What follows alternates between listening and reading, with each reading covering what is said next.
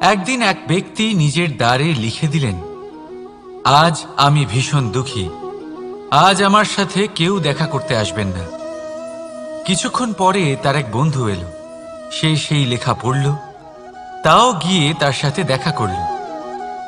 সে বলল, আমি লেখাপড়া জানি না, কিন্তু আমার বন্ধুর মনের এই বেদনা, এটা আমাকে সবসময় ডাক দেয়।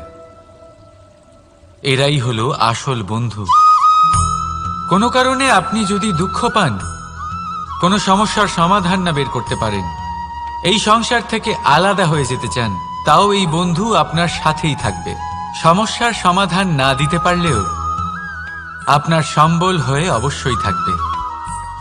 হয়তো আপনার দুঃখ কম করতে পারবে না, কিন্তু আশার আলো অবশ্যই দেখাবে। যখন আপনি সংসারের থেকে আলাদা হয়ে যান, তখনও আপনার সাথে যুক্ত থাকে আপনার এই বন্ধু।